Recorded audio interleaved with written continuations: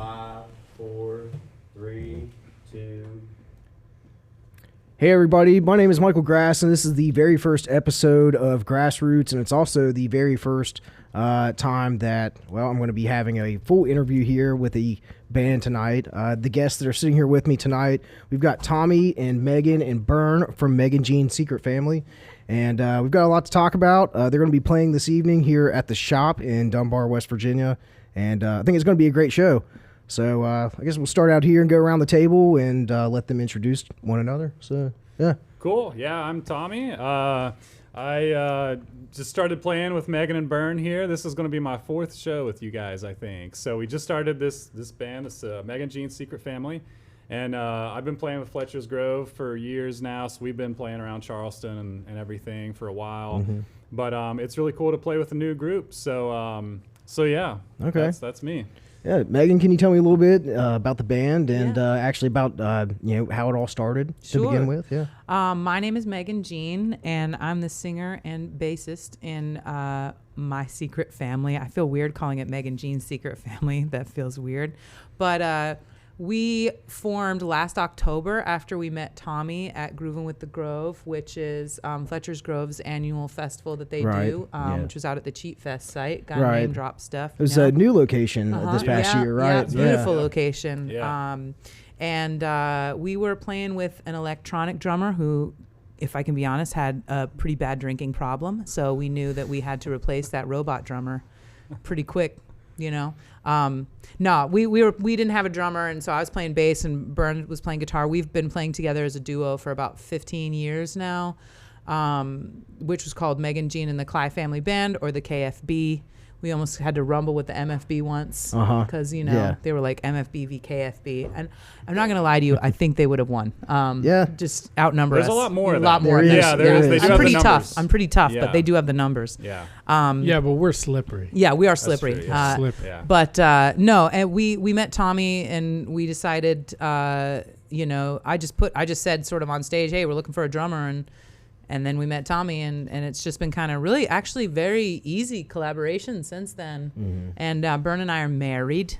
Oh, really? How long have you all been married for? We've been together for 18 years, and we've been married for maybe like 11. This will be 12. Oh, September. Yeah. Coming on. That's why we got some Stay Together jams for tonight. Oh, okay. You got to have great. those Stay Together jams. Yeah. But yeah, that's a little brief history of the old band. Okay, because cool. it's a brief history that we have in general. Okay, all right. Bern, I read online that you played the banjo. However, I didn't see you playing the banjo at soundcheck earlier. Yeah, I do. Well, when I started playing with Megan in like 2006, I was playing upright bass, and she was playing guitar, and then a couple years into touring, she started playing washboard, and I started playing clawhammer banjo for fun, and then I was like, well, this is more interesting for me to accompany her with, playing with chords and stuff, and so I played banjo behind her for 10 years, and I kind of eventually started playing an electric banjo and playing with effects and getting acclimated with that kind of thing, and then one day, my banjo, while we were on the road, we were in upstate New York, and one of the tuning pegs broke, and I was like, God damn it, my banjo's busted. So we had Megan's guitar lying around, so I tuned it to open G, because that's similar, fingerings to a banjo, and then I was like, this is like a bass and banjo in one, so I'm going to just stick with guitar, playing in open G for a while, and then Megan wanted to play bass, so it was great, so... That's cool. I just didn't want to pay a fourth person. Yeah, right. So I figured we might as well power trio it. Yeah, right. Well, that's tripods work out real well, and one less person to have to pay. Exactly. Everybody's got to pull their weight in a power trio. So, what all instruments do you play? I play the drums. I play guitar. I play the bass. Okay. And the washboard. The washboard. Yeah, that's right. I do play the washboard. I played washboard. I kind of got known for playing washboard in our older band, and I think like last time I played it at a gig, we actually got hired to play a BDSM party in North Carolina. We get some interesting gigs. And I'm just watching people, hanging out, spanking each other, stuff like that. And I was playing the washboard, and I was kind of thinking like, man, I don't know if this instrument is kind of what I want to be doing anymore. And then, I kid you not, it just disintegrated in my hands. Oh, wow. Just like a minute later, it just like literally fell apart. So, wow. Yeah, I kind of took that as a sign. I like to follow the signs, and we always had basses lying around, and I figured I had a pretty good teacher in him, and I picked up the bass about a year ago, and I've kind of fell in love with the instrument. I think it's super fun, and it's very challenging. I don't like to stay. I don't like to just like rest on my like laurels. Like, oh, I can sing all right. Make it a little bit more challenging for yourself as a musician, and just up your chops constantly. And that's kind of what it is for me. Like, I find it to be honestly very challenging in a very good way. Like, it's given me a good bar to strive for, because I'd kind of gotten honestly a little bit stagnant in what I was doing, not as a songwriter, but as the performer. I felt like I was phoning it in all the time, and it's not possible to play bass and sing and phone it in. It's just not possible.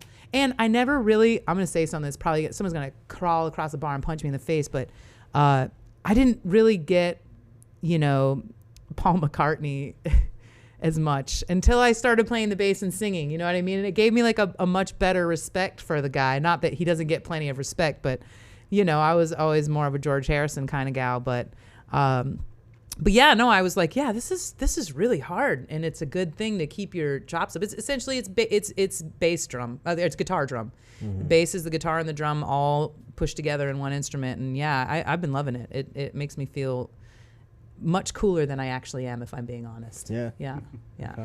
Okay. I was listening to y'all jam earlier, and it sounded really good.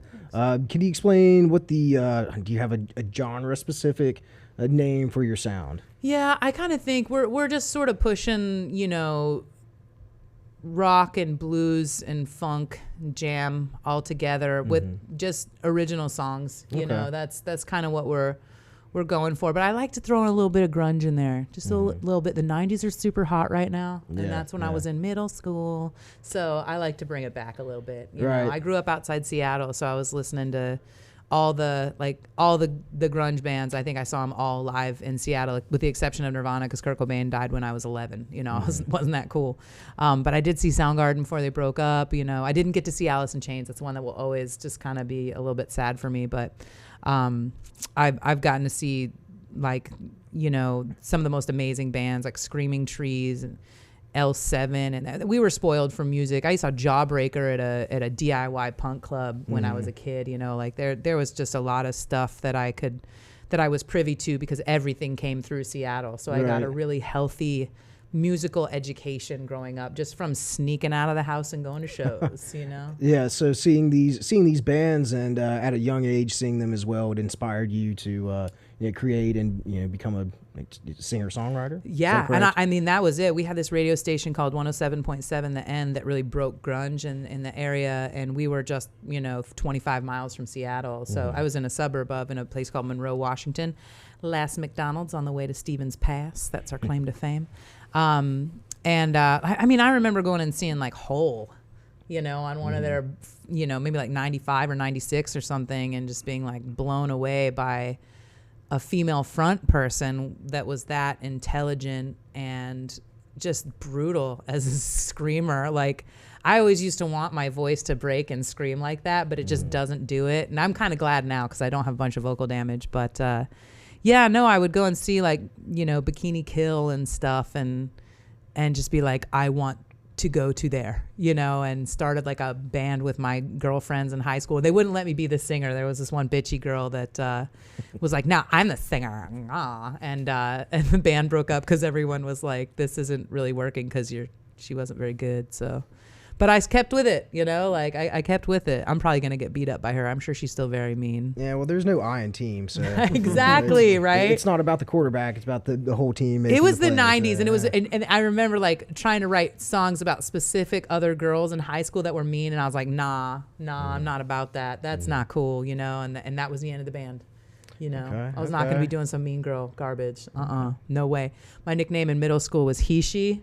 I will forever be empathetic to the weirdos and the underdogs and the people who get picked on. Those are my people, man. You think that'd be like a politically incorrect term these days? But I think it was empowering. I love it when people question my gender, because I'll just let them keep questioning. You just like suck on that question the rest of the night. You do it. Be like, are you male or female? Because my voice is so deep, I'll just be like, that's for me to know.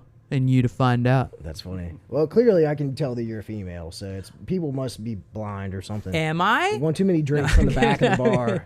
I mean, they just if I can just mess with people that have those kind of phobias in general, I'm gonna do it every single time. Been doing it since middle school. It feels good. Yeah. I like it. That's cool. That's cool. So you guys just brought on Tommy. He said this will be the 4th show. Yeah.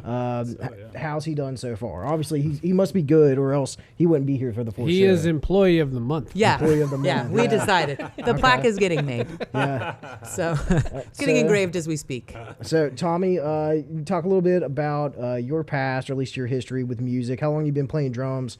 I know you've got it's not a side project, but you got a production studio up in Morgantown, correct? Yeah, Okay. that's how I earned Employee of the Month. Oh, okay, Because I okay. record our rehearsals, and I have a rehearsal, but yeah. But yeah, no, I'm recording, and that's been a love of mine for a long time. So I record. That's how I met Fletcher's Grove. Oh, really? Was they were in Morgantown at the time, and I run a studio out of my house, and I have for several years. And Ryan Krofcheck called me out of the blue one day. I was like, "We're looking for a studio," and I was like, "Dude, you guys got to come to my place." And I talked them into it. So I met them. Their drummer bailed. Long story. I ended up in the band with them. But so I love it. I record a bunch of bands out of my place. But yeah, I'm recording. We just recorded a single, our first single, and it's about to be released. So we're pretty excited about that. I've just been mixing on that and everything. But yeah, I've just been playing with Fletcher's for years, and it's been great. Love those guys. They're still they're my other family. This is my secret family. Right. It's a secret. Yeah, it's a secret. Yeah, but so that's pretty much what I've done. Recording and just drumming with them. And when I saw them play at our festival, Grooving with the Grove, I was like starstruck. And, I was like, "Can I join your band?" And they were like, "Yeah, we need a drummer." So we started jamming in it, and it fit really well. But, just in the same way that Megan's like playing bass now and singing, which is like a new thing for her. And it's like, really pushing the limits. I'm wanting to, I felt stagnant too in the same way with, not just with Fletcher's, but just as a drummer in general. And so I'm like, what can I do? And I'm trying to be creative with this band.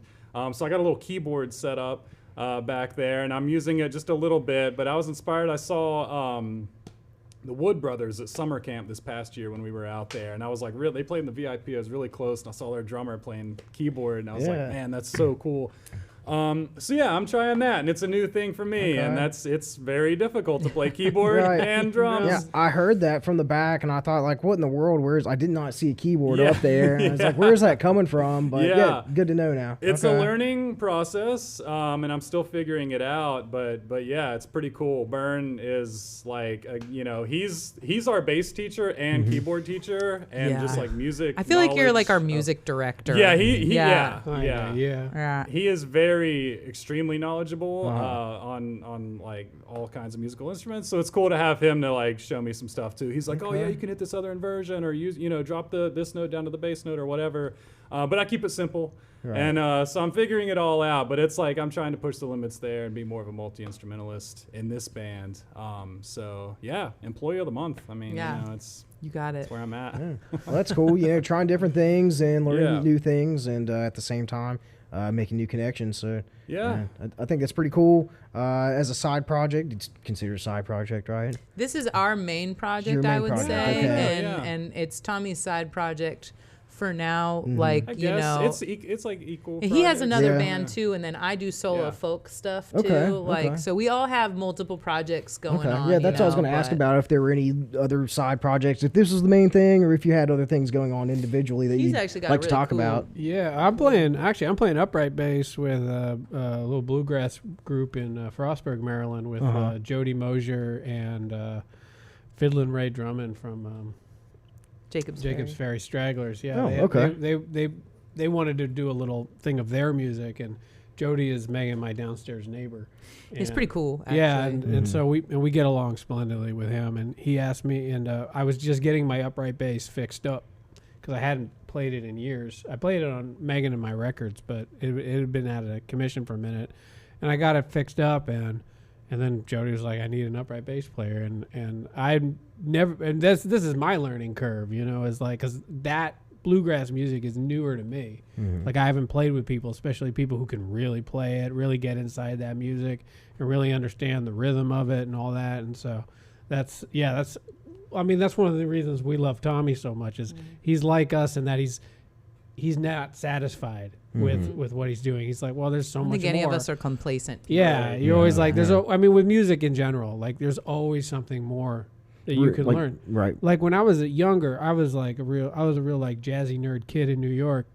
He was in the avant-garde and all this stuff. And I would go. I remember the first couple of times I went to see I saw Sonny Rollins play and a couple other people. And like at first, some of them I would be like, well, that doesn't sound like the records that I had heard that were, at that point recorded like 30 years ago. And then eventually I realized it's like, oh no, these are like intelligent people who are curious and are interested in discovering new things. So that's 30 years ago. They've gone all this way since then. They've changed and they've evolved over the years. Evolved and just not just for the audience, but for themselves and for the audience. And to me, that's a more interesting way to play music.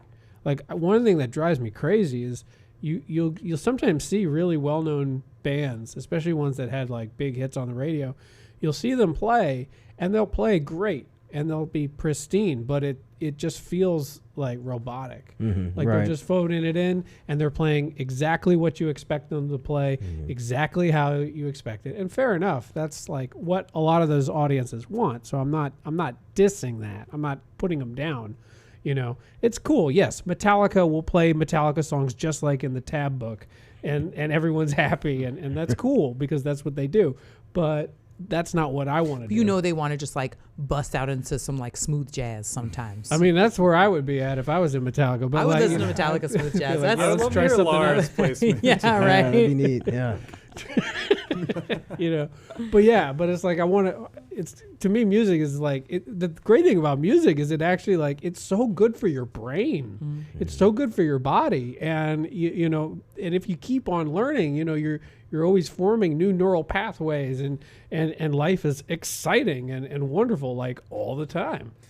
When I first met this guy, he was playing in a punk band called Dynamite Club with a Japanese lead singer he ran around in his underpants, and they would like tour squats in Europe with MDC. And he was playing in a surf band called the Spy Surfs. And a wonderful guitar player named Todd Colburn. Yeah, wonderful guitar player. Todd is one of the best guitarists I've ever met. He's my real guitar teacher. Yeah. But he's just got such a huge musical in wheelhouse of influences. It's everything from avant-garde jazz to hardcore to country to every surf. It's all in there, and he took really lessons does. with John Coltrane's bass player for a while. lot of things. Yeah. I made a lot. Reggie Workman, yeah. He's got. I mean, he's just got. When I met him, I really do think of myself as a singer, but hanging out with this guy made me a musician, Okay. And it is kind of different, It's real different, and that's one thing I've learned from playing with her. Because honestly, if you really want to learn an instrument, get behind a really good singer and accompany them, because like you do that long enough, you'll start to meld to what they're doing, and then you'll start to enhance it, and then they'll once you get that going, you really see like what you can do with an instrument. It's not just about. I mean, the theory and all that stuff is really good and it's really helpful and it's always a good starting place. But like, that's where you really learn to listen and really get to tune yourself to what they're doing in a very subtle way that you can't really describe. It's also how singers get rid of singer's rhythm. Yeah. Which is just going into the next section before you're supposed to. Singer's rhythm. No, it's a thing. It's a real thing. Is it? Okay. Yeah. Apparently Whitney Houston was terrible for it. She just would always go into the next section. And I really do feel like it's because singers don't always pick up instruments and have to play with the rest of the band in the way that all the other, players do. So you look at someone like Aretha Franklin, who was also a monster pianist. And I think that that's something that people don't see all the time with her, is what an incredible musician she was all around. But again, that's going to not give someone singer's rhythm. You know, you're going to have to listen to the rest of the band. You're going to have to play with them. You know, she was also working with backup singers, and they had to have that rhythm just straight on. So I often say for a singer, the most important thing is not the histrionics and the craziness that you can do with your voice. It's not necessarily your range. It's your rhythm. When you see a really dynamic, amazing singer, that's a singer that has their rhythm on point. You know, I think of Sam Cooke. You know, I think of Lou Rawls. You know, I think of Barbara Streisand. Barbara Streisand. I mean, her rhythm was just, I mean, she was incredible. But my singing influences are like, you know, all over the place. Even though I grew up listening to like punk and hardcore and grunge stuff, you know, and metal, that was kind of what I grew up on. As I've gotten, you know, into all these other different types of music, you realize just like, oh man, there's just such a huge wealth of, there's no shortage of amazing singers, right? Like they're everywhere. You can see that tuning into these karaoke contest shows, you know, like there's so many amazing singers, but what really makes a dynamic singer is the songs that they're singing and the delivery of those songs, you know? And so that's what I try. I'm the, I guess I would say the songwriter in the band. And I write all the lyrics, but I have a lot of input on the musical direction. I don't write his guitar parts. I don't write his drum parts, you know? I think of it as like Megan decides what she wants to say, and then we all kind of figure out how she can say it, you know? Yeah, and for me, that's incredibly humbling to have such two amazing musicians that are willing to kind of build these songs up with me. So, like, are you writing the lyrics first and then afterwards going through and coming up with the sound? Kind of. I tend to write on my guitar, you know, and just do like a straight up cowboy song on the guitar. Very simple meat and potatoes, chord structures. And then I'll bring it to Burn when it's kind of, I call it a little song tadpole, when it's just been swimming up, you know, and then Burn and I will sit down when I have maybe like a chorus that's workable. I tend to start with choruses. I'm a chorus writer. And then we'll start to work it up from there. You know, it's very much an organic process for me. Sometimes I'll have the inklings of a song that I'll have them for 10 years before they're finished. I don't force songs to be finished because then they sound forced, you know? And so when you just let the story that you're trying to tell resolve itself in your life, it's going to tell you, the song will tell you how it wants to resolve, how it wants to be finished. And I just kind of trust that process now. If you were to sit me down as a commercial songwriter, which I've done before, and they'd be like, write a song about, you know, water slides, I'll sit down and bop out a song about water slides in a couple hours, not a problem. But when it's my stuff that comes from my heart and my soul, which all of it does, you know, I'm going to take my time with. I'm going to let that, you know, I'm going to let that resolve. There's one song that we're going to play tonight called Cinema Inside Your Head that I swear I started it 10 years ago and just finished it 2 weeks ago. Really? And it's gone through so many different incarnations, but I've never recorded it because for me, that's when you're kind of freezing it in time. And they say artistic works are never finished, but rather abandoned. Okay. Because, you know, you can always keep come working back to on it. Yeah, Right. exactly. So you've really taken the time to, you know, perfect it and not rush it, as you said, because whenever you rush it, then it doesn't always come out exactly how you want or you know, how you feel. Yeah. You know, and especially if it's stories that are coming from the heart, whether they're, you know, true experiences or it's, I don't know, something that you think up, it's still, you know, it's like, it's a masterpiece. That is a work of art and that you're bringing to people. Yeah. So you want to make sure that it sounds right and it's not bullshit either. It's the feel. That's the key word. You know? Feel, like you said. It's feel. It's not necessarily what you want it to sound like. It's how you want it to feel, and it's got to feel good. And you want, like, one of the cool things, like with us, like we know, like when we're playing a new song and we're all excited to play it. it feels good. It feels good, and we're like, you know, and also for, you know, it's like when we're excited to dig in and see what we can do inside of it, and because it feels good. Yeah. You know, once we've achieved that, then we're golden. And also, like, in the context of live music, listen, if you look at every religion in the history of humanity, they all use music and sound and vocalizing to get closer to their version of God. So this, if you ask me, is a sacred profession. And when people watch music and really get into it, their hearts are open to that experience and to the information that's being put out in that song, whether they realize it or not. You know, and I just don't want to be somebody pumping just empty, shallow shit to these people in their moments where they're the most open.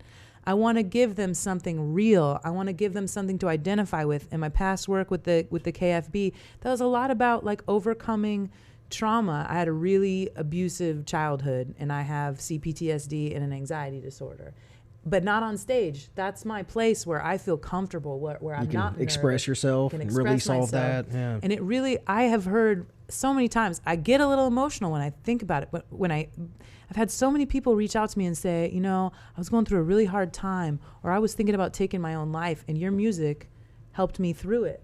And that's something that I take very seriously. And it's also not who I am anymore. I've done a lot of growing. I've done a lot of healing. And for me, that's part of what this band represents. You know, like, I did get cast out by my family very young, but I made another one. And that was my little secret, you know, like, I healed myself enough to where I could start writing about stuff that wasn't my trauma and my pain anymore. And moreover, I'm glad that stuff exists. I'm glad that it's on albums, but I also can't relive it every night anymore. It's too much. I don't want to. So these new songs are a lot more joyful. They're a lot more inspirational for me, more aspirational for me. And it just feels good. You know, it's a totally different energy and dynamic.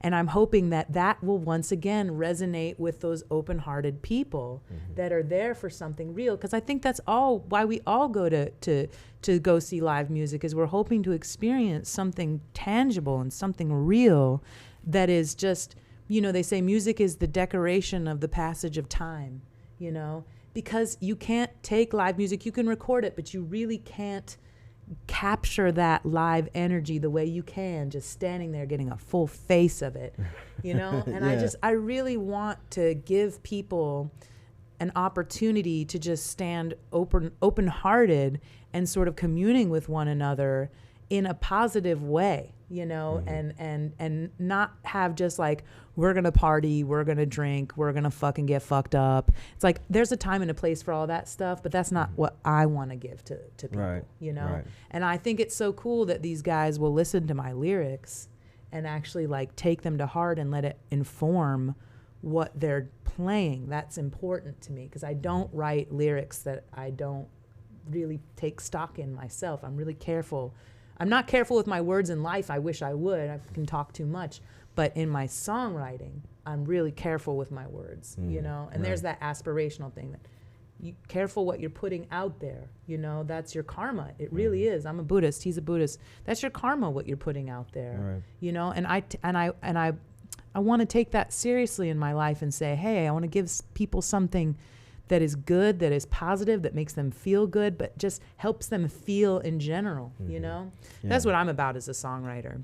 You know, for me personally, anytime that I go see live music, I always feel like I pull some energy from the musicians that are playing. You know, of course, there's energy in the crowd and stuff as well, but like, I don't know, it's like, you all know what I'm talking about, obviously. And sometimes, like, the band can play so good that I'll get cold chills from it. So it's like being able to hear that certain, I don't know, that certain pitch or that certain frequency, whether or not, like, you guys would know that you're playing it, or, you know, whoever's up on stage is playing it. But, you know, just getting a real feeling for the music and some things that are, you know, hard to even explain sometimes. Absolutely. So, I mean, sometimes I'll see certain songwriters and, you know, because for me, I really do pay attention to the songs. That's like when I really get into a band. It's because there's bands that play great and they're fun and I like to dance to them. And then there's bands that just like, you're like, I want to listen to that song all the time until I die. You know, like that song means something to me. Put it on repeat, right? Exactly. And when you see something like that for the first time in concert, live,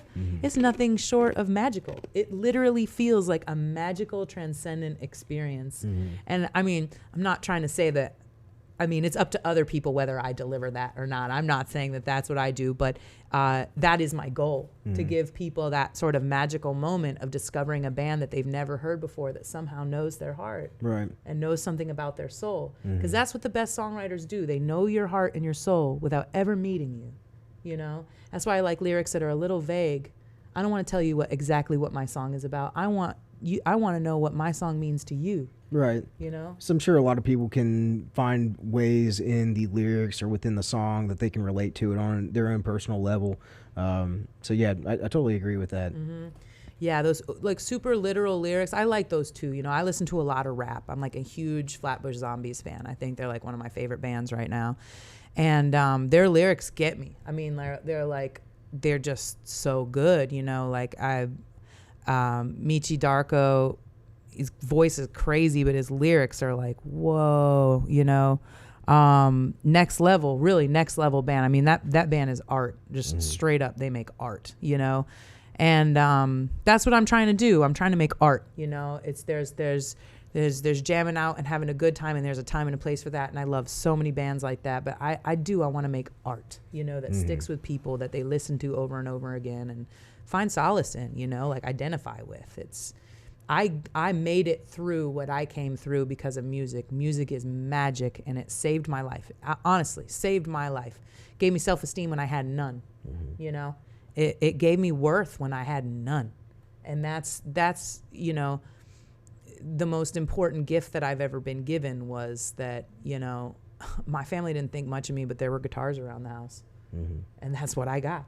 You know, so I learned to love myself, and that helped. When you get up and you do something and you're good at it, even just a little bit, you start to develop self-esteem and go, oh, hey, I could do that, you know? Right. Like, so that's a lot of my messaging, is to tell people, like, don't take it to heart. Don't let them break you, baby child. Pity the mouths that try to unmake you, you know?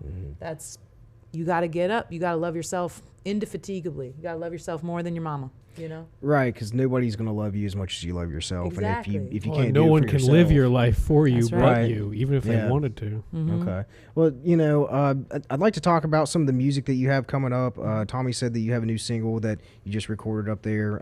Is there any new music you're going to be playing this evening?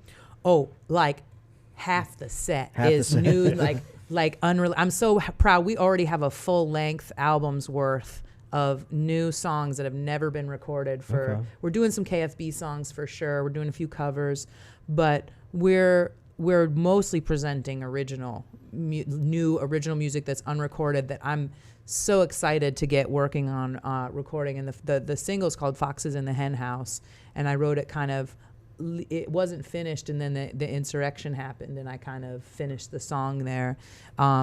Again, the lyrics are a little vague, so you wouldn't know exactly that that's what it's about. It's sort of a choose your own adventure in terms of what it's about, but it just kind of came together and had like a special little sauce to it. Like the first time we played it, I remember he recorded one of the first times we played it, and then we spent time trying to recapture that energy. Tommy actually has done an excellent job recording us, and I was really impressed actually with the quality of the recording. We've recorded several albums at a studio in South Carolina and Columbia called the Jam Room, with a guy named Zach Thomas. And he recorded like Kylesa, which is like an awesome metal band with this guy named Philip Cope, who still works down at that studio. And we love the albums that we've done there. I think we've done 3 of them there, and 4 of them if you count stuff that we've produced for other people. And so, you know, I'm always down to work with a new recording engineer, but I'm really excited to get these songs into the Jam Room with Tommy, because Tommy's never gotten to record in a studio, right? Yeah, that's the whole problem. That's what with you win running for a Employee of the recording Month. studio. We get you in a studio. You don't have to press the buttons, that's right? my prize. That's my award. That's the problem with running a recording studio. You never get to go and record in another. So you never, like, only one time really have I got to go have that studio experience where I went to this studio in Virginia. And, you know, and it was a cool setup and a cool engineer, and like I got to do that, but it was like a 5-hour session and that was it. Fletcher's is all of my bands have like always just recorded at my place because you're really good at it. Yeah, you are. I think it turns out really well, Yeah, you know. holds But up. but yeah, we're hoping to go down to the Jam Room and record. And I'm like, I'm gonna geek out, you know, because the records they've done down there sound awesome. So like, I actually trust this guy to do it. And so yeah, I can't wait for that. I'm really looking forward to it. Yeah. Yeah. Your engineer's a member of your band, really. I mean, like Yeah. it's just kind of, I think it's kind of amazing that we can. I still think I'm in a simulation having met you. Like, oh, I'm in a pod and these are computer signals, because I was like, we need a drummer. And then and I was like, we need a drummer. We need someone to like help us get like, I don't know, like more recordings, and just somebody that's like savvier with tech than us. And like, that's everything about Tommy. And I'm sorry, but your name is like Tom Tom. Drums. Do you know what I mean? Are you part of the simulation? Are you the Matrix? Like, I need to know. Like peel my face off and like have robot it's just eyes. code. It's just code, right? But no, it's just we just keep pinching ourselves. Like, wow. Just like I keep pinching myself that's my husband, and that we have such a great musical partnership, and that he's like muy guapo as well. I think we can all agree, you know. What does that mean? He's very handsome. Oh, okay. Yes, Yes. very, I very. I admire his beard very much. Isn't it great? I've got curly hair, so it goes to my beard as well, but it does this. It gets bushy. It doesn't like. Yeah. See, I don't grow hair on my cheeks. Really? Yeah. Can you grow a mustache? Oh yeah, I can grow a mustache. Yeah. Okay. It Well, just But I got smells sick real of bad. eating That's my what I was like. You gotta, you know, like it just smells bad, dude. Let's just get it done. yeah, that's pretty awesome. That's the first thing I noticed. I was like, damn, that's a cool beard. Thanks. Like, I wish I could do that. When I'm lost in thought, I'll just like reach over and be like, Yeah. Well, you know, stop cutting it and see how Stop it goes. cut. Right. Yeah. Believe in yourself. Yeah. go, just grow. Right. We're gonna be like ZZ Top. Yeah. I can get a few chin hairs just to mess with people. You know what I mean? right. I'll just like until they pop out. You know. But yeah, it's just kind of like I pinch myself all the time, going, how did I get so lucky? And I'm gonna tell you, that has not always been the case in my life. You know, like that's one thing that kind of like developing with trauma does, is it steals your optimism. CPTSD literally tells you bad shit is going to happen. There's nothing you can do. Oh, it's going to happen again. It's going to happen now. It's going to happen now. You know, so What's the difference between PTSD and CP? right. PTSD? So Get it wrong PTSD here. is complex and tends to be like one or two events that happen, and complex is PTSD is acute.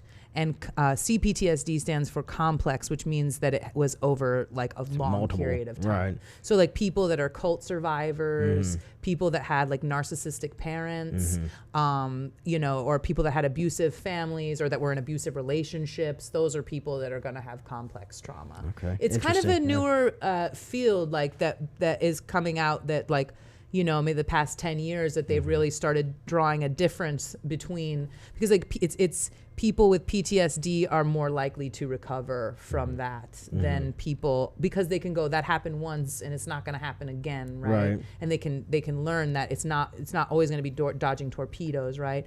Whereas someone with CPTSD, their neural pathways were formed Like if you were a neglected by, child. yeah, like a Right, neglected yeah. child, And that that's kind where of you're stuff. because a kid doesn't know anything else, and that's where you're course. starting from. And your neural pathways are formed by that. So just like, I'm just a person who would get really, you know, anxious, that kind of stuff. And music has really helped me. I mean, I went to Tisch School of the Arts at NYU for theater, and that actually helped me a lot, being able to channel the anxiety. But I remember doing acting exercises and getting like too into the scene and like having a panic attack, because I was like, my body can't tell the difference between it's actually time to panic or you're just acting in a scene. It's why I had to be careful with, like, honestly, I love horror movies, but they're too realistic now. Yeah. When I was a kid, they look like snuff films now. When I was a kid, it looked fake, you know, like it was, they weren't as scary. They were more psychological or kind of like campier, like Evil Dead, that kind of stuff. More like suspenseful. Yes, yeah. And now with the special effects and stuff, I'm just like,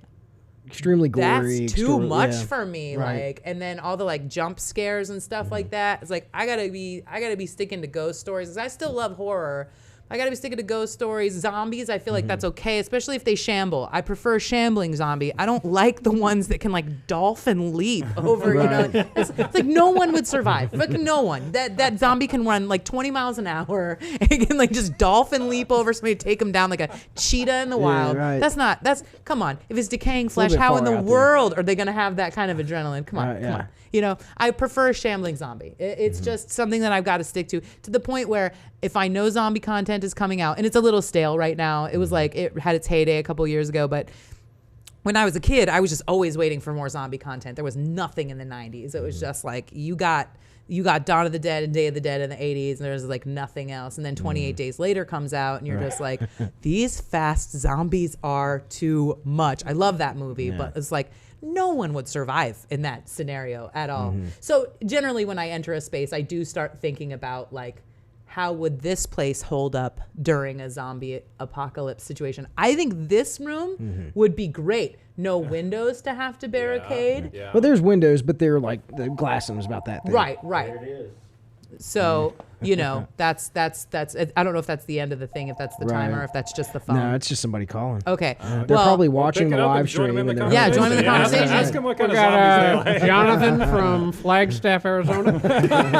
what do you have for us, Jonathan? But no, I feel like this building would do pretty well during a zombie apocalypse. you Yeah, know? yeah, Like, definitely. You'd be able. It's kind of like got some soundproofing, so you'd still be able to talk a little bit. Right. You know, I've often thought about that. Like if we were in an undead world scenario here, I wouldn't be able to play music very well, and my Chihuahua would not be the best little companion. I'd still keep her. She'd probably get me killed. Yeah, 'cause she was what's like, your Chihuahua's name? It's Weebus. Weebus. But her Christian name is Ariba McIntyre. Oh, poor dog. She's the most spoiled, sweet Yeah. little thing. She's like 6 pounds. She's going on tour with us in a couple He's weeks. going on tour, Okay. yeah. I'm really excited because I kind of like need her around. Well, you she know, like- she actually was raised on the road, so Yeah. she's so chill. Tour dog. Yeah, she is a tour dog. Yeah. That's But yeah, awesome. her we call it. It started off as Ariba because she jumps up, like Arriba, and then it was just a Weeba because you can't help but baby talk a dog as cute as she is. Right. And then it was just Weebus. I've got a little Chihuahua. He's a You love Pomchi. He's Chihuahuas? about 5 pounds You're wet. So Chihuahua it's people? yeah. I So knew I'm it. totally on the same level with you guys. They're like the Yeah. best dogs, And right? you just would talk to them like this. Yeah, you do, baby. And they're just the You know? meanest. You ask Larry. Larry knows my dog, and Love he it. calls him Demon Dog. And yeah, like my dog, he doesn't like other people. Really. He likes women. He doesn't particularly like men, though. Right, And right. of course, as like a Chihuahua, they're very protective of their owners. Yeah. Right, So anybody comes right. around, it's Weebus will cut a bitch that tries to Yeah. hug me if I've Oh, got her in my man. lap. She Yep. will. But she's very sociable. She's as soon as she met Tommy, she was just like, meh. oh, she knew. know. Yeah. We hit it off. Yeah. She knew you were good people. Yeah, I she think knew. so. She Yeah. knew. Well, she's gonna have to get comfortable if she's going on the road with you Yeah. guys. Actually, the little bunny in our logo that we have is because Bern and I rescued a bunny in our neighborhood that people were just they just had left it out like Yeah. in their yard, and it got out and it's like bright orange, and Tommy and his wife adopted the bunny. So it's like We do have a house bunny. Yeah. Yeah. Is it named Bugs? No, we have 2 bunnies. Bella was the one we already had, and this one's Copper. It's the color of it. but, I would have yeah. named for the record Dennis Hopper would have been the name that I went with. So. But I do I like a celebrity pet name pun. That's good, So like yeah. I'm always gonna go that route. You know what I mean? Right. So the Chihuahuas are just like a little special little animal. I couldn't have kept the bunny because my Chihuahua would have terrorized Yeah. Oh yeah. him. Yeah. Like she just would have never left him alone. Or the bunny would have terrorized the dog. She's Maybe. pretty. Copper's- Copper's. He's He like bunny He's parkours all ornery. over their house. Yeah, he just does. Yeah, parkour, he's like up parkour, on the parkour. couch. Yeah, it's like calm down. Like our other buddy was like so calm, and he like won't walk on the hardwood, and he like stays on his little carpet. But Copper is a little something. Yeah, and he is. He runs around and you have to like He's a lock street all the tough. doors. You don't Oh, want yeah. to. Yeah. He's a into little everything, street tough. like a child. He's into everything. Yeah, seriously, you have to childproof. We actually have baby gates like all over our Yeah, house. He'll just like straight up jump in the studio if you're in Yeah. there. I just Oh, picture yeah. him in the other bunny, be like, bunny, crazy bunny, boo boo. Like having little street rumbles. Yeah. He will. It's yeah. great. I love it. Yeah. Well, you guys, we've got about 5 minutes left. Would you like to talk about where you're going on tour next? Where you gonna be Okay, playing? yeah. Well, we're the kind of the focal point. We got booked for this. It's a '90s festival. Mm-hmm. Okay. Where awesome. we play with the Spin Doctors and Joan Osborne and Soul Asylum. Yeah, And nice. Fastballs on it. Sweet. Yeah, and us for some reason. Well, we knew a guy. Let's be real. It's always fun. It's always that's how it always is. We knew a guy, and That's he's the like, music "Hey, business for you. we got this." So anyway, Megan and I had this date booked for a while now, and then when Tommy came on, we're like, "Well, great, man, we got a drummer.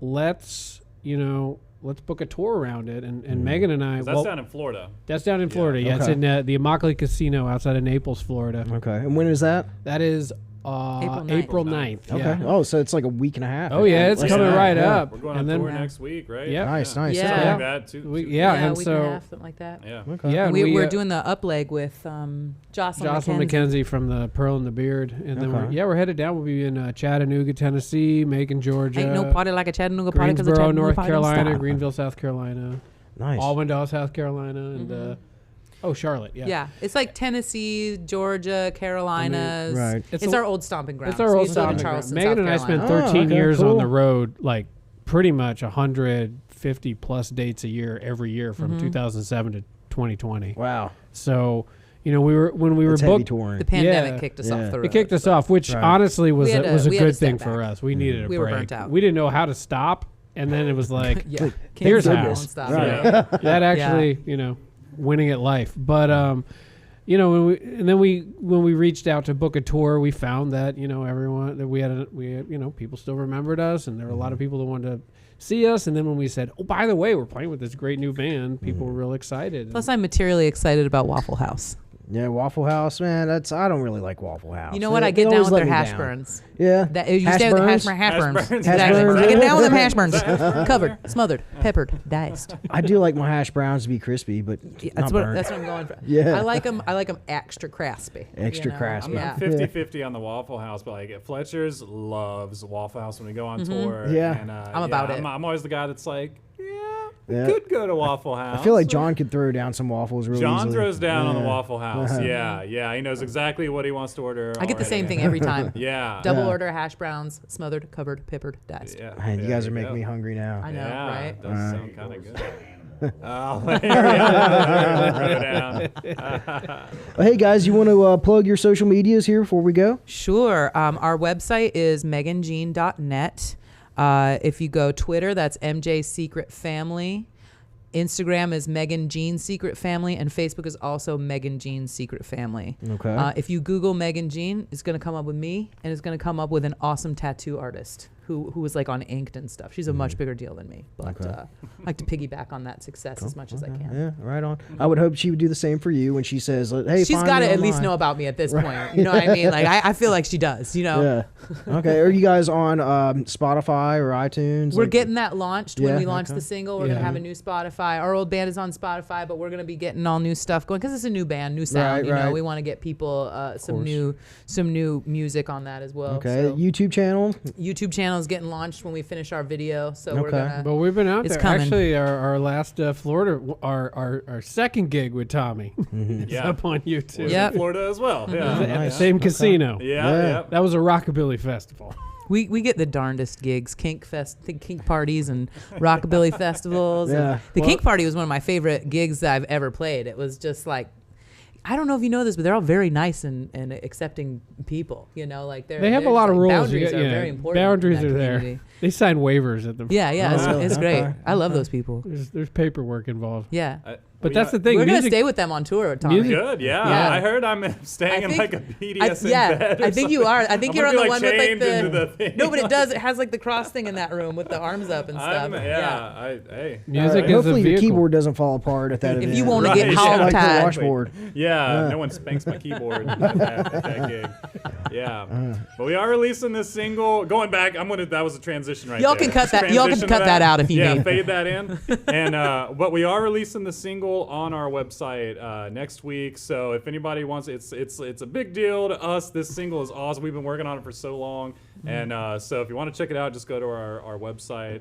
Or any of the social medias, and we'll guide you to it. We're shouting it from the It's rooftops. gonna be awesome. Yeah. So. Awesome. Michael. Yeah. Yeah. Well, yeah. Thanks for coming on. Thanks for chatting Yeah, with us. thank you. Thanks, with man. me. I say us, since just us sitting here, anyways. But It's yeah, it's been basically cool. mostly me talking. Yeah, I knew right. it that way. Yeah. Well, it's you said that it was gonna be Tommy talking, but you showed up. Tommy Talkin' is a great radio show name, Tommy by the way. Talkin'. Tommy Talkin'. Yeah.